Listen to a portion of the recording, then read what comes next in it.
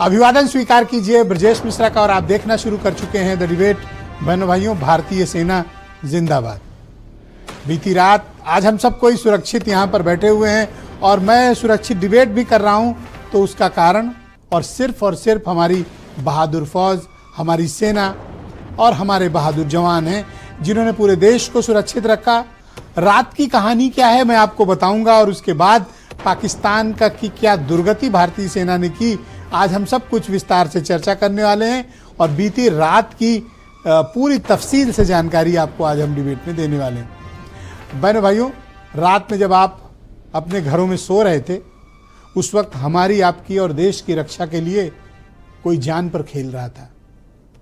बहनों भाइयों, आपको शायद पता भी नहीं होगा या अब पता चला होगा, बीती रात पाकिस्तान ने भारत के 15 से ज़्यादा बड़े शहरों पर हमला करने की कोशिश की, लेकिन भारतीय सेनाओं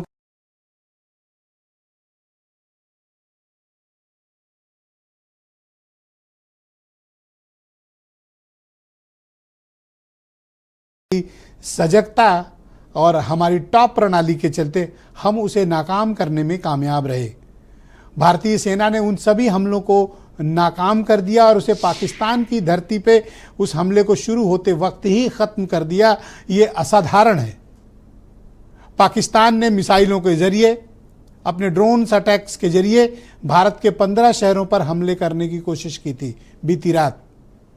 और बहनों भाइयों, बीती रात ही भारत ने और भारत की सेना ने जिस तरह का उसको जवाब दिया है, वो अब तक का सबसे करारा जवाब माना जाएगा।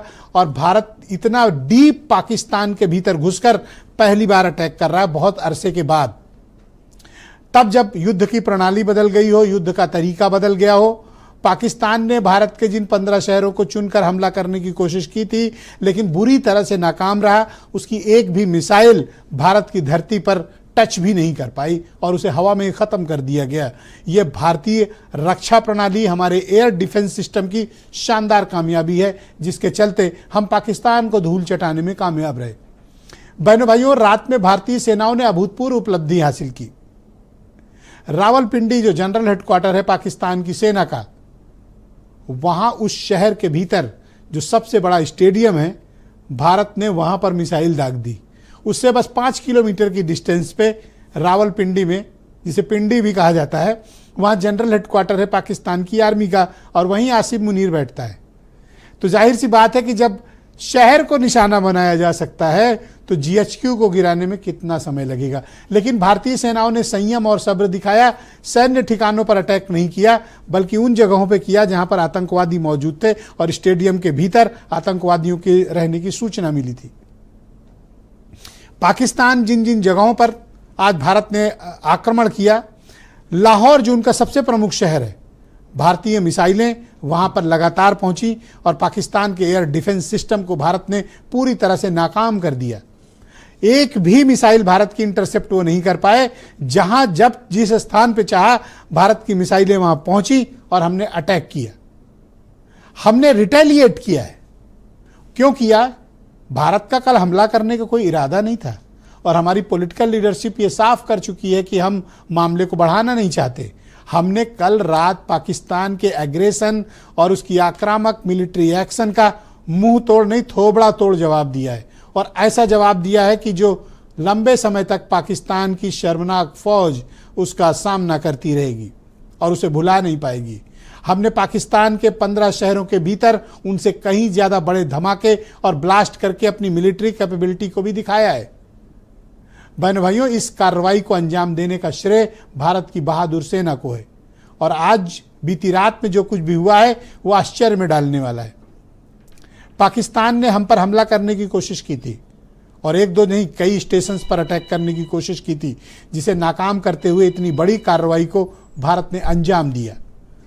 बहनों भाइयों, हुआ क्या था रात में और अब क्या होने वाला है और क्या हम एक्सपेक्ट करें कि पाकिस्तान इसको और एस्केलेट करेगा और करेगा तो हमारे पास जवाबी कार्रवाई के लिए क्या क्या है, हमारे पास किस तरह की कैपेबिलिटीज़ हैं और किस तरह के अटैक्स हम पर आ सकते हैं और हमें क्या तैयारी करनी चाहिए और बीती रात हुआ क्या था। आज तफसील से पूरा ब्यौरा देंगे और इस पर चर्चा को आगे अपने एक्सपर्ट पैनल के जरिए और पॉलिटिकल पार्टी के रिप्रेजेंटेटिव्स के जरिए हम इसे बढ़ाने की कोशिश करेंगे कि दरअसल रात की कहानी क्या है, कुछ बयान।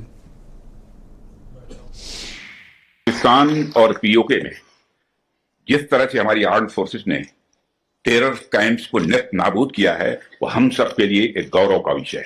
हम लगातार इस बात के पक्षधर रहे हैं कि समस्याओं का समाधान बातचीत के जरिए से हो, परंतु इसका अर्थ यह नहीं है कि हमारी सहनशीलता का कोई नाजायज फायदा उठाए।